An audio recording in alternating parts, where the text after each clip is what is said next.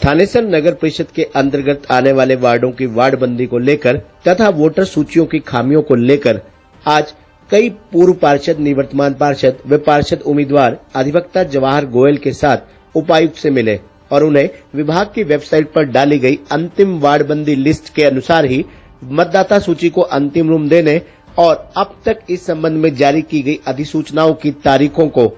आगे बढ़ाने की मांग रखी गई, ताकि मतदाता सूची के सार्वजनिक होने के बाद सभी उसे जांचकर दावे और आपत्तियां प्रस्तुत कर सके। इसी प्रकार एक ज्ञापन एसडीएम कार्यालय में भी डायरी कराया गया। इस मौके पर पूर्व पार्षद नरेंद्र शर्मा निंदी, मन्नू जैन,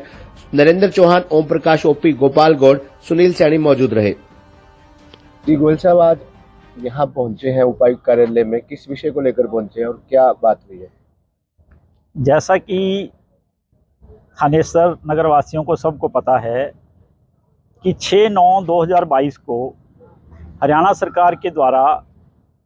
नगर परिषद थानेसर का नोटिफिकेशन जारी किया गया, जिसमें लिमिटेशन वार्ड्स की बाउंड्री निर्धारित की गई। उसके बाद 7 अक्टूबर 2022 को चीफ इलेक्शन कमीशन हरियाणा ने नोटिफिकेशन जारी किया, जिसमें शेड्यूल जारी किया गया था इलेक्शन का। उस शेड्यूल के मुताबिक 22 अक्टूबर को इन्होंने दावे और आपत्तियां लेनी थी। 22 अक्टूबर लास्ट कट ऑफ डेट थी, जिसमें दावे और आपत्तियां 22 तारीख तक देनी थी। लेकिन जब ये पता चला तो 21 तारीख को जब कुछ लोग म्यूनिसिपल कमेटी में, जिसमें मन्नू जैन और नरेंद्र निधि जी इत्यादि, जब म्यूनिसिपल थानेसर म्यूनिसिपल कमेटी में गए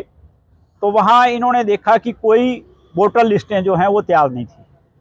जबकि वो वोटर लिस्टें कोई भी आदमी देख सकता था as per schedule of the अपना इलेक्शन कमीशन। उसके बाद आज हम उपायुक्त महोदय से मिले, हमने एक इनको रिप्रेजेंटेशन दिया है, जिसमें रिप्रेजेंटेशन में हमने कहा है कि जो हरियाणा सरकार का नोटिफिकेशन है 6/9/2022 का, उसके अकॉर्डिंग जो बाउंड्रीज फिक्स की गई हैं उसके अकॉर्डिंग तो वोटर लिस्ट तैयार की जाए, नंबर 1। नंबर 2, जो 7/10/2022 का इलेक्शन कमीशन का नोटिफिकेशन है उसके अकॉर्डिंग 22/10 तक तो आपत्तियां लेनी थी, 29/10 तक वो सभी रिड्रेस करनी थी ग्रीवेंसेज। लेकिन वो क्योंकि 22 तक आपत्तियां नहीं ली गई, वोटर लिस्टें तैयार नहीं हुई, तो उसके लिए उपायुक्त महोदय को भी चीफ इलेक्शन कमीशन से परमिशन लेनी पड़ेगी डेट एक्सटेंड करवाने के लिए। तीसरी, हमने कहा है कि बहुत सी वोटर लिस्टों की ऐसी वोटर लिस्टें इन्होंने बना रखी हैं कि एक परिवार के 4 बंदे हैं तो उनमें से 2 अलग कर रखे हैं, 2 को दूसरे वार्ड में डाल रखा है, जबकि वो परिवार की वोट एक ही वार्ड में डलनी चाहिए। और सबसे मेन हमारी जो इशू है आज, वो ये इशू था कि जो BLOs हैं, वो BLO ने किसी भी वार्ड में सर्वे नहीं किया, उसने वहीं अपने ऑफिस में बैठ के वो सारी वोटें बनाई हैं। तो हमने कहा है कि उपायुक्त महोदय इनको डायरेक्शन दें BLOs को